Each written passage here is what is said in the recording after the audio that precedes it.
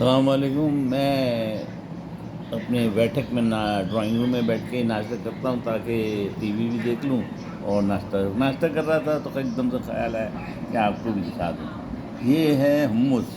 Hummus मेरे page पे दिया हुआ है और हुम्मस में 3-4 चीज़ें पड़ती हैं। छोले पड़ते हैं, यानी छोले उबले हुए होते हैं, और नमक होता है, जैतून का तेल होता है, नींबू, और मोस्ट इम्पॉर्टेंट जो है उसकी गार्लिक, लहसुन जिसको कहते हैं लहसुन। वो चीज़ें पका, यानी छोलों को ग्राइंड करके उसके अंदर लहसुन ग्राइंड करके डालें, और नमक और थोड़ा सा पानी के साथ उसको पकाएं। मेरे पेज पे डिटेल में उसकी रेसिपी दी है। अच्छा, और उल्टे तवे की रोटी है, ये मैंने तवे के नीचे, ये भी मेरे पेज पे पड़ी हुई है तवे पे। देखिए ये मेरे पास थोड़ा सा मसाला है, अगर हो तो सही है, नहीं हो तो आप लाल मिर्चें वगैरह इस्तेमाल कर सकते हैं। इसमें चीज़ डाली है मैंने, लिक्विड चीज़ है, और ये रिंग जो है जैतून के हैं, और जनाब जैतून का तेल है ज़बरदस्त किस्म का, और जनाब इसमें बीच में ग्रीन मेरी चटनी है।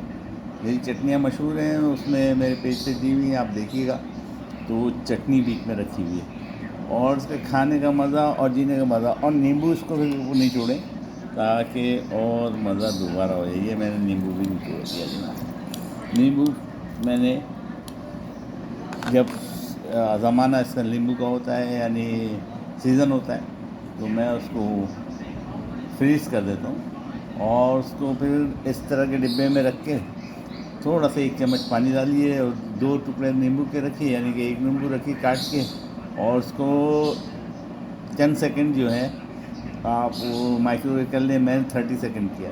30 सेकंड वो माइक्रोवेव करें, नरम हो जाते हैं, फिर उसको आप निचोड़ दिए, ज़बरदस्त काम में आ जाते हैं। ये ट्रिक्स हैं, टेक्निक्स हैं, जो मैं पहले भी मेरे पेज पे मेरे खानों में दी हुई है।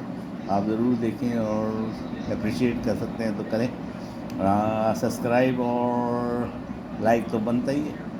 हाँ, इंग्लैंड में पाकिस्तानी खाना आ रहा है, वो मैं देख रहा था, बीबीसी का गालिबन प्रोग्राम होगा ये फूड का, वो देख रहा था। ज़बरदस्त वो गोलगप्पे दिखा रहे थे, और प्लेट गोलगप्पे की $43 ऑफ, $43 की, ये बहुत ही कीमती।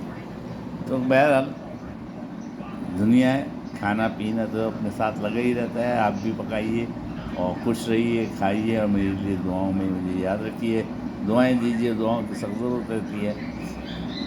इसके बाद फिर इंशाल्लाह मिलेंगे किसी अच्छी डिश के साथ। फ़ी अमानिल्लाह।